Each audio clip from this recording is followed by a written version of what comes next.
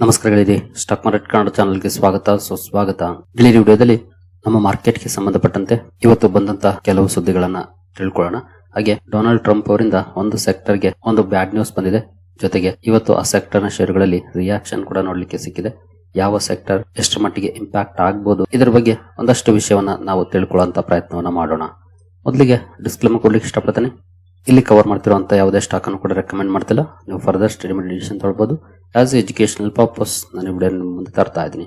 ಹಾಗೆ ನೀವು ಅಕೌಂಟ್ ಅನ್ನ ಓಪನ್ ಮಾಡೋದಿದ್ರೆ ಅದರ ಲಿಂಕ್ ಅನ್ನ ನಾನು ಡಿಸ್ಕ್ರಿಪ್ಷನ್ ಅಲ್ಲಿ ಕೊಟ್ಟಿರ್ತೇನೆ. ನಾವು ಮೋತಿಲಾಲ್ ಓಸ್ವಾಲ್ ಜೊತೆ ಟೈಅಪ್ ಅನ್ನ ಮಾಡ್ಕೊಂಡಿದ್ವಿ. ನಮ್ಮಿಂದ ಕೆಲವೊಂದು ಸರ್ವಿಸಸ್ ಕೂಡ ಮುಂದಿನ ದಿನಗಳಲ್ಲಿ ನಿಮಗೆ ಸಿಗುತ್ತೆ. ಆ ಸರ್ವಿಸಸ್ ಪಡ್ಕೊಳ್ಬೇಕು ಅಂತಂದ್ರೆ ನಿಮ್ಮ ಹತ್ರ ಮೋತಿಲಾಲ್ ಓಸ್ವಾಲ್ ಅಕೌಂಟ್ ಇರಬೇಕಾಗುತ್ತೆ. ಇದರ ಲಿಂಕ್ ಅನ್ನ ಡಿಸ್ಕ್ರಿಪ್ಷನ್ ಅಲ್ಲಿ ಕೊಟ್ಟಿರ್ತೀನಿ. ಇಲ್ಲಿ ಲಿಂಕ್ ಇದೆ, ನೋಡಬಹುದು. ಅಕೌಂಟ್ ಅನ್ನ ಓಪನ್ ಮಾಡಿ.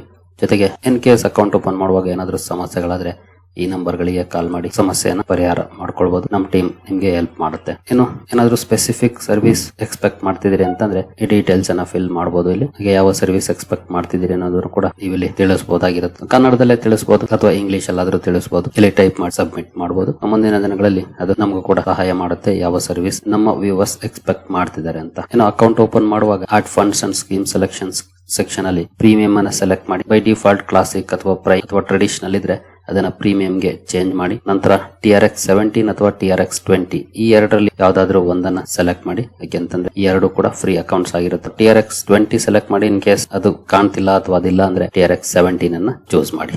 ನೆಕ್ಸ್ಟ್ ಸುದ್ದಿಗಳ ಕಡೆ ನಾವು ಬರೋದಾದ್ರೆ ಮೊದಲಿಗೆ ಫೆಡ್ ಗೆ ಸಂಬಂಧಪಟ್ಟಂತೆ ಕೆಲವು ಸುದ್ದಿಗಳಿದಾವೆ, ನೋಡ್ಕೊಂಡು ಮುಂದುವರಿಯೋಣ.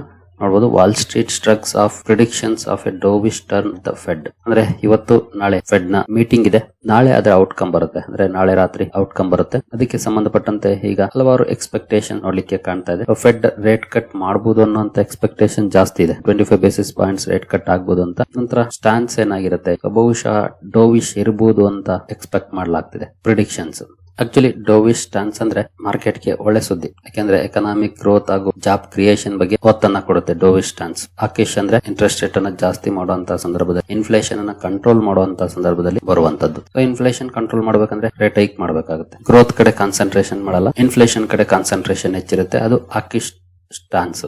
ಆದ್ರೆ ಡೋವಿಶ್ ಸ್ಟಾನ್ಸ್ ಮಾರ್ಕೆಟ್ ಗ್ರೋತ್ ಅಂದ್ರೆ ಎಕನಾಮಿಕ್ ಗ್ರೋತ್ ಹಾಗೂ ಜಾಬ್ ಕ್ರಿಯೇಷನ್ ಕಡೆ ಒತ್ತನ್ನ ಕೊಡುತ್ತೆ. ಇದು ಮಾರ್ಕೆಟ್ ಗೆ ಬಿಗ್ ಪಾಸಿಟಿವ್ ಆಗುತ್ತೆ. ಈ ರೀತಿಯ ಎಕ್ಸ್ಪೆಕ್ಟೇಷನ್ ಈಗ ನೋಡ್ಲಿಕ್ಕೆ ಕಾಣ್ತಾ ಇದೆ. ನೋಡೋಣ, ಇನ್ ಕೇಸ್ ಏನಾದ್ರೂ ಡೋವಿಶ್ ಸ್ಟಾನ್ಸ್ ಗೆ ಬದಲಾದ್ರೆ ಫೆಡ್ ನ ಸ್ಟಾನ್ಸ್, ಅದು ಖಂಡಿತ ಮಾರ್ಕೆಟ್ ಗಂತೂ ಒಳ್ಳೆ ಸುದ್ದಿ. ಯಾಕೆಂತಂದ್ರೆ ಇನ್ಫ್ಲೇಷನ್ ವಿಚಾರಕ್ಕೆ ಅವರು ಇಷ್ಟು ದಿನ ಗ್ರೋತ್ ಕಡೆ ಕಾನ್ಸಂಟ್ರೇಟ್ ಮಾಡ್ತಾ ಇರ್ಲಿಲ್ಲ. ಈಗ ಏನಾದ್ರೂ ಡೋವಿಶ್ ಸ್ಟೇಟ್ಮೆಂಟ್ ಅನ್ನ ಕೊಟ್ರೆ ಖಂಡಿತ ಒಂದಷ್ಟು ಪಾಸಿಟಿವ್ ಡೆವಲಪ್ಮೆಂಟ್ಸ್ ಆಗ್ಬಹುದು ಇಕ್ವಿಟಿ ಮಾರ್ಕೆಟ್ಸ್ ಅಲ್ಲಿ. ಆದ್ರೆ ಇಲ್ಲಿ ಇಂಪಾರ್ಟೆಂಟ್ ಥಿಂಗ್ ಏನಂತಂದ್ರೆ ಈ ಸುದ್ದಿ ಏನ್ ಬರ್ತಿದೆ ಆಕ್ಚುಲಿ ನೆಕ್ಸ್ಟ್ ಫೆಡ್ ಚೀಫ್ ಬರ್ತಾರಲ್ಲ ಅವರ ಬಗ್ಗೆ, ಅದು ಬಹಳ ಮುಖ್ಯ. FOMC ಈಗ ಯಾವ ಸ್ಟಾನ್ಸ್ ಅನ್ನ ತಗೊಳ್ತಾ ಗೊತ್ತಿಲ್ಲ. ಆದ್ರೆ ಮುಂದೆ ಬರುವಂತ ಅಂದ್ರೆ ಜೆರೋಮ್ ಪೊವೆಲ್ ಅವರ ನಂತರ ಬರುವಂತ ಫೆಡ್ ಚೀಫ್ ಏನಿರ್ತಾರೆ ಅವರು ಬಹುಶಃ ಗ್ರೋತ್ ಕಡೆ ಹೆಚ್ಚು ಫೋಕಸ್ ಮಾಡಬಹುದು ಅಂತ ಪ್ರಿಡಿಕ್ಷನ್ ಮಾಡ್ತಿದ್ದಾರೆ. ನೋಡೋಣ ಯಾರನ್ನ ಆಯ್ಕೆ ಮಾಡ್ತಾರೆ, ಯಾವ ರೀತಿ ಇರುತ್ತೆ ಅಂತ. ಇನ್ ಕೇಸ್ ಏನಾದ್ರು ಈಗ ಈ ರೀತಿ ಸ್ಟೇಟ್ಮೆಂಟ್ಸ್ ಬಂದ್ರೆ ನೆಕ್ಸ್ಟ್ ಮೀಟಿಂಗ್ ಅಲ್ಲಿ ಅಂದ್ರೆ ನಾಳೆ ನಾಡಿದ್ದು ಇರುವಂತದ್ರಲ್ಲಿ ಅದು ಬಿಗ್ ಪಾಸಿಟಿವ್ ಡೆವಲಪ್ಮೆಂಟ್ ಆಗಬಹುದು ಮಾರ್ಕೆಟ್ಸ್ ಗೆ. ನೋಡೋಣ ಏನ್ ಔಟ್ಕಮ್ ಬರುತ್ತೆ, ನಾಳೆ ರಾತ್ರಿ ಗೊತ್ತಾಗುತ್ತೆ. ನಾಡಿದ್ದು ನಮ್ಮ ಮಾರ್ಕೆಟ್ ಅಲ್ಲಿ ರಿಯಾಕ್ಷನ್ ಬರುತ್ತೆ. ಇನ್ನು ಡೊನಾಲ್ಡ್ ಟ್ರಂಪ್ ಇಂದ ಇವತ್ತು ಒಂದು ಸೆಕ್ಟರ್ ಗೆ ಸಂಬಂಧಪಟ್ಟಂತ ಬ್ರೇಕಿಂಗ್ ಸುದ್ದಿ ಬಂತು. ಇದು ಜಸ್ಟ್ ಸ್ಪೆಕ್ಯುಲೇಷನ್ ಅಷ್ಟೇ, ಅಂದ್ರೆ ಮಾಡಬಹುದು ಅಂತ ಎಕ್ಸ್ಪೆಕ್ಟೇಷನ್ ಅಷ್ಟೇ, ಮಾಡಿಲ್ಲ ಇನ್ನು. ನೋಡಬಹುದು, Trump's dumping charge puts fresh heat on India's rice exports facing super high US tariff. Donald Trump ಅವರು ಒಂದು ಸ್ಟೇಟ್ಮೆಂಟ್ ಅನ್ನ ಕೊಟ್ಟಿದ್ದಾರೆ. ಭಾರತ ಅಕ್ಕಿಯನ್ನ ಅಂದ್ರೆ ಎಸ್ಪೆಷಲಿ ಅಮೆರಿಕಾಗೆ ಎಕ್ಸ್ಪೋರ್ಟ್ ಆಗೋದು ಬಾಸ್ಮತಿ ರೈಸ್ ಅನ್ನ ಡಂಪ್ ಮಾಡ್ತಿದೆ ಅಮೆರಿಕಾಗೆ ಅಂತ. ಹಾಗಾಗಿ ಡಂಪಿಂಗ್ ಚಾರ್ಜ್ ಅನ್ನ ಹಾಕಬಹುದು ಅನ್ನುವಂತ ಮಾತುಗಳು ಕೇಳಿ ಬರ್ತಾ ಇದೆ. ಇನ್ನು ಹಾಕಿಲ್ಲ, ಹಾಕಬಹುದು ಅಂತ. ಅಂದ್ರೆ ಈಗಾಗಲೇ 50% ಟ್ಯಾರಿಫ್ ಇದೆ. ಇನ್ ಕೇಸ್ ಇನ್ನು ಟ್ಯಾರಿಫ್ ಅನ್ನ ಜಾಸ್ತಿ ಮಾಡಿದ್ರೆ ಅದಿನ್ನು ಹೊಡೆತವನ್ನ ಕೊಡಬಹುದು ಅಂತಂದ್ರೆ ಭಾರತ 26% ಮಾರ್ಕೆಟ್ ಶೇರ್ ಅನ್ನು ಹೊಂದಿದೆ ಅಲ್ಲಿ. ನೀವು ಇಲ್ಲಿ ನೋಡಬಹುದು, India share in US rice imports as held steady almost same range ಅಲ್ಲಿ ಇದೆ. 2017 ಡೇಟಾ ಇದೆ, ನೋಡಬಹುದು. 17-18 ಅಪ್ ಟು 2024 ವರೆಗೂ 17ರಲ್ಲಿ 25.6 ಇತ್ತು, 18ರಲ್ಲಿ ಸ್ವಲ್ಪ ಕಡಿಮೆ ಆಯ್ತು, 19ರಲ್ಲೂ ಕೂಡ ಕಡಿಮೆ ಆಯ್ತು, ಮತ್ತೆ 20ರಲ್ಲಿ ಸ್ವಲ್ಪ ಜಾಸ್ತಿ ಆಯ್ತು, 21ರಲ್ಲಿ ಕಡಿಮೆ ಇತ್ತು, ಅಂದ್ರೆ ಸ್ವಲ್ಪ ಕಡಿಮೆ ಆಯ್ತು ಹಿಂದಿನ ವರ್ಷಕ್ಕೆ ಹೋಲಿಸಿದ್ರೆ. 22ರಲ್ಲಿ ಜಾಸ್ತಿ ಆಯ್ತು, 23ರಲ್ಲೂ ಕೂಡ ಜಾಸ್ತಿ ಆಯ್ತು. ಈಗ ಅಂದ್ರೆ 2024ರಲ್ಲಿ 25.9% ಮಾರ್ಕೆಟ್ ಶೇರ್ ಅನ್ನು ಹೊಂದಿದೆ. ಅಂದ್ರೆ ನಿಯರ್ಲಿ 26% ಮಾರ್ಕೆಟ್ ಶೇರ್ ಅನ್ನು ಹೊಂದಿದೆ. ಮೊದಲನೇ ಸ್ಥಾನದಲ್ಲಿ ಥೈಲ್ಯಾಂಡ್ ಇದೆ, ನೋಡಬಹುದು. ಥೈಲ್ಯಾಂಡ್ 54.9% ಇದೆ, ಅಂದ್ರೆ ಆಲ್ಮೋಸ್ಟ್ 55% ಮಾರ್ಕೆಟ್ ಶೇರ್ ಅನ್ನ ಥೈಲ್ಯಾಂಡ್ ಹೊಂದಿದೆ. ಆನಂತರ ಚೀನಾ ಇದೆ. ಚೀನಾ ಗ್ರಾಜುಯಲ್ ಆಗಿ ಜಾಸ್ತಿ ಆಗಿದೆ, ನೋಡಬಹುದು. 1.3 ಇಂದ 3.5% ವರೆಗೂ ಬಂದಿದೆ ಈಗ ಚೀನಾದ ಮಾರ್ಕೆಟ್ ಶೇರ್. ಪಾಕಿಸ್ತಾನ ಸ್ವಲ್ಪ ಕಡಿಮೆ ಆಗಿದೆ 2024 ಅಲ್ಲಿ 23 ಹೋಲಿಸಿದ್ರೆ. ಇನ್ನು ಬೇರೆ ದೇಶಗಳು ಸಣ್ಣ ಪ್ರಮಾಣದ ಮಾರ್ಕೆಟ್ ಶೇರ್ ಅನ್ನ ಹೊಂದಿದ್ದಾವೆ. ಅಂದ್ರೆ 26% ಮಾರ್ಕೆಟ್ ಶೇರ್ ಅನ್ನು ಹೊಂದಿರುವಂತಹ ದೇಶಕ್ಕೆ ಇದು ಖಂಡಿತ ಒಂದಷ್ಟು ಇಂಪ್ಯಾಕ್ಟ್ ಅನ್ನ ಮಾಡುತ್ತೆ. ಬಟ್ ಇಂಡಸ್ಟ್ರೀಸ್ ಹೇಳ್ತಿರೋ ಪ್ರಕಾರ ಅಷ್ಟೇನು ಇಂಪ್ಯಾಕ್ಟ್ ಆಗಲ್ಲ ಅಂತ. ಇಲ್ಲಿ ಒಂದಷ್ಟು ಡೀಟೇಲ್ಸ್ ಇದೆ ನೋಡಬಹುದು. ಇಂಡಿಯನ್ ರೈಸ್ ಎಕ್ಸ್ಪೋರ್ಟರ್ಸ್ ಫೆಡರೇಷನ್ ಇಂದ ಕೊಟ್ಟಿರುವಂತಹ ಮಾಹಿತಿ. Prior to the recent tariff increase, Indian rice faced a tariff of 10% in US market. ಅಂದ್ರೆ ಇತ್ತೀಚಿನ ಟ್ಯಾರಿಫ್ ಗೆ ಮುಂಚೆ 10% ಟ್ಯಾರಿಫ್ ಇರ್ತಾ ಇತ್ತು. ಆನಂತರ ಡೊನಾಲ್ಡ್ ಟ್ರಂಪ್ ಒಂದು ಎಲ್ಲ ಸೇರಿ 50% ಮಾಡಿದ್ರು, ಅಂದ್ರೆ 40% ಜಾಸ್ತಿ ಆಯ್ತು. But most of the tariff burden has been passed on to US consumers. Export realisations for Indian farmers and exporters have remained broadly stable. ಅಂದ್ರೆ ಏನು ಟ್ಯಾರಿಫ್ ಹಾಕಿದ್ರಲ್ಲ ಅದನ್ನ ಪೂರ್ತಿ ಕನ್ಸ್ಯೂಮರ್ಸ್ ಮೇಲೆ ಟ್ರಾನ್ಸ್ಫರ್ ಮಾಡ್ಬಿಟ್ಟಾರೆ. ಯೂಶಲಿ ಯಾವುದೇ ದೇಶ ಅಥವಾ ಯಾವುದೇ ರಾಜ್ಯ ಟ್ಯಾಕ್ಸ್ ಅನ್ನ ಜಾಸ್ತಿ ಮಾಡಿದಾಗ್ಲೂ ಇದೇ ಆಗೋದು. ಯಾರು ಕಂಪನೀಸ್ ಏನು ಅವರ ಜೇಬಿಂದ ಕೊಡೋದಿಲ್ಲ, ಸರ್ಕಾರಗಳು ಕೂಡ ಜೇಬಿಂದ ಕೊಡೋದಿಲ್ಲ, ಕೊಡೋದು ಕನ್ಸ್ಯೂಮರ್. ಯಾರು ಬಳಸ್ತಾರೋ ಅವರೇ. ಇಲ್ಲಿ ಫೆಡರೇಷನ್ ಹೇಳ್ತಿರೋ ಪ್ರಕಾರ ಎಲ್ಲವನ್ನು ಕೂಡ ಕನ್ಸ್ಯೂಮರ್ ಗೆ ಪಾಸ್ ಆನ್ ಮಾಡಿದೀವಿ. ಹಾಗಾಗಿ ರಿಯಲೈಸೇಷನ್ಸ್ ಅಲ್ಲಿ ಅಂದ್ರೆ ಎಕ್ಸ್ಪೋರ್ಟ್ ರಿಯಲೈಸೇಷನ್ಸ್ ಅಲ್ಲಿ ಏನು ಬದಲಾವಣೆ ಆಗಿಲ್ಲ, ಸ್ಟೇಬಲ್ ಇದೆ ಅನ್ನುವಂತ ಮಾತನ್ನ ಹೇಳಿದರೆ. ಇನ್ನು FY25 ಅಲ್ಲಿ ನೋಡಬಹುದು ಬಾಸ್ಮತಿ ರೈಸ್ $337 ಮಿಲಿಯನ್ ಶೇರ್ ಅನ್ನ ಹೊಂದಿದೆ ಅಮೆರಿಕಾಗೆ ಹೋಗಿರೋದ್ರಲ್ಲಿ. US is the 4th largest market for Indian basmati rice. 4ನೇ ಅತಿ ದೊಡ್ಡ ಮಾರ್ಕೆಟ್ ಆಗಿರುತ್ತೆ ಇಂಡಿಯನ್ ಬಾಸ್ಮತಿ ರೈಸ್ ಗೆ. 24ನೇ ಅತಿ ದೊಡ್ಡ ಮಾರ್ಕೆಟ್ ಆಗಿರುತ್ತೆ ನಾನ್ ಬಾಸ್ಮತಿ ರೈಸ್ ಗೆ. ಜೊತೆಗೆ exports to the United States remain strictly demand driven. ಅಂದ್ರೆ ಡಿಮಾಂಡ್ ಎಷ್ಟು ಪ್ರಮಾಣದಲ್ಲಿರುತ್ತೋ ಅದಕ್ಕೆ ತಕ್ಕಂತೆ ಇರುತ್ತೆ ಇಲ್ಲಿಗೆ ಎಕ್ಸ್ಪೋರ್ಟ್ ಅಂತ ಹೇಳ್ತಾರೆ. ಸುಮ್ನೆ ಡಂಪ್ ಮಾಡ್ತಾ ಇಲ್ಲ. ಇನ್ ಕೇಸ್ ಡಿಮಾಂಡ್ ಬಂತ ಅಂತ ಸಂದರ್ಭದಲ್ಲಿ ಹೋಗ್ತಾ ಇದೆ. With most shipments executed against advance purchase orders from US importers.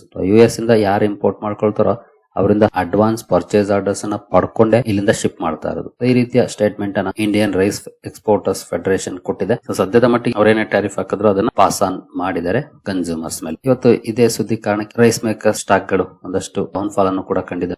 KRML ಆಗ್ಬಹುದು, LT ಫುಡ್ಸ್, GRM, ಮಿಸ್ಟಾನ್ ಫುಡ್ಸ್, ಹೀಗೆ ಹಲವಾರು ಕಂಪನೀಸ್ ಇದೆ. ಯಾವೆಲ್ಲ ಅಮೆರಿಕಾಗೆ ಎಕ್ಸ್ಪೋರ್ಟ್ ಮಾಡ್ತಿದ್ವು ಅಂತ ಕಡೆ ಒಂದಷ್ಟು ಇಂಪ್ಯಾಕ್ಟ್ ಕೂಡ ಆಗುವಂತ ಚಾನ್ಸಸ್ ಇದೆ. ಬಟ್ ಇನ್ನು ಟ್ಯಾರಿಫ್ ಅನ್ನೇನು ಹಾಕಿಲ್ಲ. ಬಟ್ ಯೂಶುವಲಿ ಟ್ರಂಪ್ ಅಣ್ಣ ಹೆಂಗೆ ಅಂತಂದ್ರೆ ಏನಾದ್ರೂ ಮಾತುಕತೆಗಳು ನಡೀತವೆ ಅನ್ನೋ ಸಂದರ್ಭದಲ್ಲಿ ಈ ರೀತಿಯ ಸ್ಟೇಟ್ಮೆಂಟ್ ಗಳನ್ನ ಕೊಡ್ತಾರೆ. ಈಗ ನಾಳೆಯಿಂದ ಭಾರತಕ್ಕೆ ಅಮೆರಿಕದ ನೆಗೋಸಿಯೇಷನ್ ಟೀಮ್ ಬರ್ತಾ ಇದೆ. ಇಂತಹ ಸಂದರ್ಭದಲ್ಲಿ ಈ ರೀತಿ ಸ್ಟೇಟ್ಮೆಂಟ್ ಅನ್ನ ಕೊಟ್ಟು ಪ್ರೆಷರ್ ಗೆ ಸಿಲುಕಿಸುವಂತಹ ಪ್ರಯತ್ನವನ್ನ ಮಾಡ್ತಿರ್ತಾರೆ. ಸೊ ಮೇ ಬಿ ಇದು ಕೂಡ ಅದೇ ರೀತಿಯ ಟ್ಯಾಕ್ಟಿಕ್ ಅನಿಸ್ತಿದೆ ಅಷ್ಟೇ. ಮೊದ್ಲೇ ಗೊತ್ತಿದೆ ಟ್ರಂಪ್ ಅಣ್ಣ ಅರ್ಧಂಬರ್ಧ ಅಂತ. ಹಾಗಾಗಿ ಟ್ಯಾರಿಫ್ ಹಾಕಿದ್ರು ಹಾಕ್ಬೋದು. ಬಟ್ ಯೂಶುವಲಿ ಈ ರೀತಿಯ ಸಂದರ್ಭದಲ್ಲಿ ಸ್ಟೇಟ್ಮೆಂಟ್ ಕೊಡೋದೇ ಪ್ರೆಷರ್ ಹಾಕುವ ಭಾಗವಾಗಿ. ಹಾಗಾಗಿ ಅದು ನೋಡ್ಬೇಕಾಗುತ್ತೆ ಏನ್ ಮಾಡ್ತಾರೆ ಅಂತ.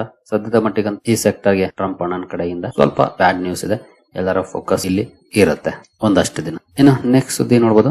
Darpan Jain to be chief negotiator for India US trade deal. Bharat ಹಾಗೂ ಅಮೆರಿಕದ ಟ್ರೇಡ್ ಡೀಲ್ ಗೆ ದರ್ಪಣ್ ಜೈನ್ ಅವರು ಚೀಫ್ ನೆಗೋಷಿಯೇಟರ್ ಆಗಿರ್ತಾರೆ ಅನ್ನುವಂತ ಸುದ್ದಿ ಬಂದಿದೆ. ಇವರು 2001ರ ಬ್ಯಾಚ್ ನ IAS ಆಫೀಸರ್, ಕರ್ನಾಟಕ ಕೇಡರ್ ನ IAS officer. Currently joint secretary ಆಗಿ ಕೆಲಸ ಮಾಡ್ತಿದ್ದಾರೆ ಮಿನಿಸ್ಟ್ರಿ ಆಫ್ ಕಾಮರ್ಸ್ ಅಂಡ್ ಇಂಡಸ್ಟ್ರಿಯಲ್ಲಿ. ಇವರು ಚೀಫ್ ನೆಗೋಷಿಯೇಟರ್ ಆಗಿ ಇರ್ತಾರೆ ಅನ್ನುವಂತ ಸುದ್ದಿ ಬಂದಿದೆ.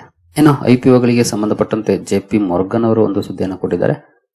$20 billion of IPOs per here A new normal for India. JP Morgan ಅಂದ್ರೆ ಒಂದು ವರ್ಷಕ್ಕೆ $20 ಬಿಲಿಯನ್ ಮೊತ್ತದ IPOs ಅಂದ್ರೆ ಭಾರತದ ಈಗಿನ ಬೆಳವಣಿಗೆಗೆ ಇದು ನಾರ್ಮಲ್ ಅನ್ನುವಂತ ಮಾತನ್ನ ಹೇಳಿದ್ದಾರೆ. ನಾವು ಈಗಾಗಲೇ ನೋಡಿದೀವಿ 2025 ಅಲ್ಲಿ ಸಾಕಷ್ಟು IPOಗಳು ಬಂದಿದೆ. ಮಾರ್ಕೆಟ್ ಅಲ್ಲಿ ಅಂತ ಒಳ್ಳೆ ಮೊಮೆಂಟಮ್ ಇಲ್ಲ ಅಂದ್ರೂ ಕೂಡ ದೊಡ್ಡ ದೊಡ್ಡ ಕಂಪನೀಸ್ IPO ಬಂದಿದ್ದಾರೆ. ಇವರು ಕೂಡ ಇದನ್ನ ನ್ಯೂ ನಾರ್ಮಲ್ ಅಂತ ಹೇಳ್ತಿದ್ದಾರೆ.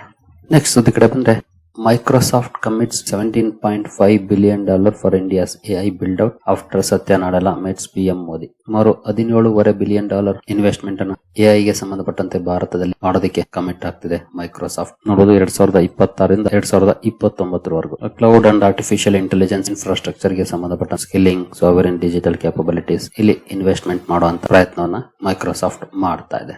ಇನ್ನು next small caps to face another tough year on earnings valuation mismatch. In case earnings ಹಾಗೂ ವ್ಯಾಲ್ಯೂಯೇಷನ್ಸ್ ಮಿಸ್ ಮ್ಯಾಚ್ ಆದ್ರೆ ಸ್ಮಾಲ್ ಕ್ಯಾಪ್ ಶೇರ್ಗಳು ಇನ್ನೂ ಒಂದು ವರ್ಷ ಕಷ್ಟ ಪಡಬಹುದು ಅಂತ ಹೇಳ್ತಿದೆ ಈ ರಿಪೋರ್ಟ್. ಯಾಕೆಂತಂದ್ರೆ ವ್ಯಾಲ್ಯೂಯೇಷನ್ಸ್ ಈಗಾಗಲೇ ಸ್ಟ್ರೆಚ್ ಆಗಿದೆ. Moderate earnings and thin liquidity continue to weigh analyst said. Earnings ಅಲ್ಲಿ ಗ್ರೋತ್ ಕಂಡು ಬಂದ್ರೆ ಖಂಡಿತ ಅದು ರೀರೇಟಿಂಗ್ ಗೆ ಕಾರಣ ಆಗುತ್ತೆ. ಅರ್ನಿಂಗ್ಸ್ ಅಲ್ಲಿ ಗ್ರೋತ್ ಇಲ್ಲ, ಮಾಡರೇಟ್ ಗ್ರೋತ್ ಇದೆ ಅಂತಂದ್ರೆ ಅದು ಒಂದಷ್ಟು ಅಂಡರ್ ಪರ್ಫಾರ್ಮೆನ್ಸ್ ಕೂಡ ಕಾರಣ ಆಗುವಂತ ಪ್ರಾಬಬಿಲಿಟಿ ಇದ್ದೇ ಇರುತ್ತೆ. ನೋಡೋಣ ಎಸ್ಪೆಷಲಿ ಎಲ್ಲಿ ಗ್ರೋತ್ ಚೆನ್ನಾಗಿದೆಯೋ, ದೊಡ್ಡ ಮಟ್ಟದ ಗ್ರೋತ್ ಅಪಾರ್ಚುನಿಟಿ ಎಲ್ಲಿದೆಯೋ ಅಥವಾ ಗ್ರೋತ್ ಎಲ್ಲಿ ಕಂಡು ಬರ್ತಾ ಇದೆಯೋ ಅಂತಹ ಕಡೆ ಹೂಡಿಕೆ ಮಾಡಿದ್ರೆ ಖಂಡಿತ ಅಲ್ಲೂ ಕೂಡ ನಾವು ಒಳ್ಳೆ ಲಾಭವನ್ನ ಗಳಿಸಬಹುದು. ಬಟ್ ಕೇರ್ಫುಲ್ ಆಗಿ ವಾಚ್ ಮಾಡಬೇಕು, ಹಾಗೆ ಕೇರ್ಫುಲ್ ಆಗಿ ಸ್ಟಡಿ ಮಾಡಬೇಕು. ಈಗಿನ ಪರಿಸ್ಥಿತಿಯಲ್ಲಿ ಸ್ಮಾಲ್ ಕ್ಯಾಪ್ ಅಲ್ಲಿ ಇನ್ವೆಸ್ಟ್ ಮಾಡಬೇಕು ಅಂತಂದ್ರೆ, ಯಾಕೆಂತಂದ್ರೆ ಈಗಾಗಲೇ ಸಾಕಷ್ಟು ಒಳ್ಳೆ ಪರ್ಫಾರ್ಮೆನ್ಸ್ ನೋಡ್ಲಿಕ್ಕೆ ಕೊಟ್ಟಿದ್ದಾವೆ ಲಾಸ್ಟ್ 3-4 ಇಯರ್ಸ್ ಅಲ್ಲಿ. ಮತ್ತೆ ಸ್ವಲ್ಪ ಕನ್ಸಾಲಿಡೇಟ್ ಆಗುವಂತ ಚಾನ್ಸಸ್ ಕೂಡ ಇರುತ್ತೆ ಅಥವಾ ಡೌನ್ ಆಗುವಂತ ಚಾನ್ಸಸ್ ಕೂಡ ಇರುತ್ತೆ. ಒನ್ಸ್ ಅರ್ನಿಂಗ್ ಸೈಕಲ್ ಸ್ಟ್ರಾಂಗ್ ಆಯ್ತು ಅಂದ್ರೆ ಆಗ ನಾವು ಒಳ್ಳೆ ಪರ್ಫಾರ್ಮೆನ್ಸ್ ಅನ್ನ ಎಕ್ಸ್ಪೆಕ್ಟ್ ಮಾಡಬಹುದು. ಹಾಗಾಗಿ ಸ್ಮಾಲ್ ಕ್ಯಾಪ್ ಶೇರ್ ಗಳನ್ನ ಚೂಸ್ ಮಾಡ್ತಿದ್ದೀರಿ ಅಂತಂದ್ರೆ ಸ್ಟ್ರಾಂಗ್ ಅರ್ನಿಂಗ್ ಗ್ರೋತ್ ಇರುವಂತವನ್ನ ಚೂಸ್ ಮಾಡಿ. ಅದು ನಿಮಗೆ ಬೆಟರ್ ರಿಟರ್ನ್ಸ್ ಅನ್ನ ಪಡ್ಕೊಳ್ಳುವಂತ ಅವಕಾಶವನ್ನ ಹೆಚ್ಚಿಸುತ್ತೆ. ನಂತರ ಅದಾನಿ ಎನರ್ಜಿ ಸೊಲ್ಯೂಷನ್ಸ್ ಹಾಗೂ ಅದಾನಿ ಗ್ರೀನ್ ಗೆ ಸಂಬಂಧಪಟ್ಟ ಮೂಡೀಸ್ ಅವರು ಒಂದು ಸುದ್ದಿಯನ್ನ ಕೊಟ್ಟಿದ್ದಾರೆ. ನೋಡಬಹುದು, Moody's outlook rise to stable ratings affirmed. Stable ಗೆ ರೈಸ್ ಮಾಡಿದ್ದಾರೆ ಮೂಡೀಸ್ ಅದಾನಿ ಎನರ್ಜಿ ಹಾಗೂ ಅದಾನಿ ಗ್ರೀನ್ ಅನ್ನ. ಎಕ್ಸಿಸ್ಟಿಂಗ್ ರೇಟಿಂಗ್ ಇರುತ್ತೆ, ಬಟ್ ಸ್ಟೇಬಲ್ ಗೆ ಔಟ್ಲುಕ್ ಅನ್ನ ಚೇಂಜ್ ಮಾಡಿದ್ದಾರೆ. ಒಳ್ಳೆ ಬೆಳವಣಿಗೆ ಈ ಎರಡು ಸ್ಟಾಕ್ ಗಳಿಗೆ. ಏನು ನೊವಾಮಾ ಹಿಂದೆ ಸ್ಟಾಕ್ ಸ್ಪ್ಲಿಟ್ ಅನ್ನು ಅನೌನ್ಸ್ ಮಾಡಿತ್ತು, ಈಗ ರೆಕಾರ್ಡ್ ಡೇಟ್ ಅನ್ನು ಅನೌನ್ಸ್ ಮಾಡಿದೆ. ನೋಡಬಹುದು, Nuvama wealth fixes December 26 record date for the first ever stock split. 10 ರೂಪಾಯಿ ಇರುವಂತಹ ಫೇಸ್ ವ್ಯಾಲ್ಯೂನ 2 ರೂಪಾಯಿ ಮಾಡುವಂತ ಅನೌನ್ಸ್ಮೆಂಟ್ ಅನ್ನ ಮಾಡಿತ್ತು ಈ ಹಿಂದೆ. ಈಗ 26 ರೆಕಾರ್ಡ್ ಡೇಟ್ ಅಂತ ಅನೌನ್ಸ್ ಮಾಡಿದೆ. 26ನೇ ತಾರೀಕು 1:5 ರೇಷಿಯೋದಲ್ಲಿ ಸ್ಟಾಕ್ ಸ್ಪ್ಲಿಟ್ ಆಗುತ್ತೆ. ಏನು ಬ್ಲಿಂಕಿಟ್ ಸಿಇಒ ಕ್ವಿಕ್ ಕಾಮರ್ಸ್ ಗೆ ಸಂಬಂಧಪಟ್ಟಂತೆ ಒಂದು ಹೇಳಿಕೆಯನ್ನ ಕೊಟ್ಟಿದ್ದಾರೆ. Blinkit CEO warns India's quick commerce bubble may be close to bursting. Quick commerce ಏನಿದೆ ಅದರ ಬಬಲ್ ಬರ್ಸ್ಟ್ ಆಗುವಂತ ಹತ್ರಕ್ಕೆ ಬಂದಿದೆ ಅಂತ ಹೇಳಿದ್ದಾರೆ. ಯಾಕೆ ಅಂತ ನೋಡೋದಾದ್ರೆ ನೋಡಬಹುದು, the sector is hurtling toward a shakeout as rivals cash dries up, but that startup will thrive and continues to expansion. Competitors ಏನಿದ್ದಾರೆ ಅವರುಗಳ ಕ್ಯಾಶ್ ಡ್ರೈ ಅಪ್ ಆಗ್ತಾ ಇದೆ ಅಂತ ಹೇಳಿದ್ದಾರೆ. ಅದು ನಮಗೆ ಅಪಾರ್ಚುನಿಟೀಸ್ ಅನ್ನು ಕೊಡುತ್ತೆ ಅಂತ ಕೂಡ ಹೇಳಿದ್ದಾರೆ ಕಂಪನಿಯನ್ನು ಎಕ್ಸ್ಪಾನ್ಷನ್ ಮಾಡ್ಲಿಕ್ಕೆ. ಹಲವರು ಇಲ್ಲಿ ದೊಡ್ಡ ಮಟ್ಟದ ಹೂಡಿಕೆಯನ್ನ ಮಾಡಿದ್ರು, ಅದೀಗ ಡ್ರೈ ಆಗ್ತಿದೆ ಅಂತ ಹೇಳಿದ್ದಾರೆ. ನೋಡೋಣ ಇವರ ಹೇಳಿಕೆ ಸತ್ಯ ಆಗುತ್ತಾ ಅಂತ. ಸರಿಗಳೇ, ನಿಮ್ಮಲ್ಲಿ ಯಾರಿಗಾದ್ರೂ ನಮ್ಮ ತರಬೇತಿ ಕಾರ್ಯಕ್ರಮದಲ್ಲಿ ಇಂಟ್ರೆಸ್ಟ್ ಇದ್ರೆ ಇಮೇಲ್ ಮೂಲಕ ಸಂಪರ್ಕ ಮಾಡಬಹುದು. ಇಮೇಲ್ ಐಡಿ ಹಾಗೂ ಇದಕ್ಕೆ ಸಂಬಂಧಪಟ್ಟಂತ ಬ್ರೀಫ್ ಮಾಹಿತಿ ಇಲ್ಲಿದೆ. ಸರಿಗಳೇ, ಈ ಎಲ್ಲ ಅಪ್ಡೇಟ್ಸ್ ನಿಮಗೆ ಇಷ್ಟ ಆಗಿದೆ ಅಂದ್ಕೊಳ್ತೀನಿ. ಮುಂದಿನ ವಿಡಿಯೋದಲ್ಲಿ ಸಿಗೋಣ. ಅಲ್ಲಿವರೆಗೂ ಜೈ ಹಿಂದ್, ಜೈ ಕರ್ನಾಟಕ.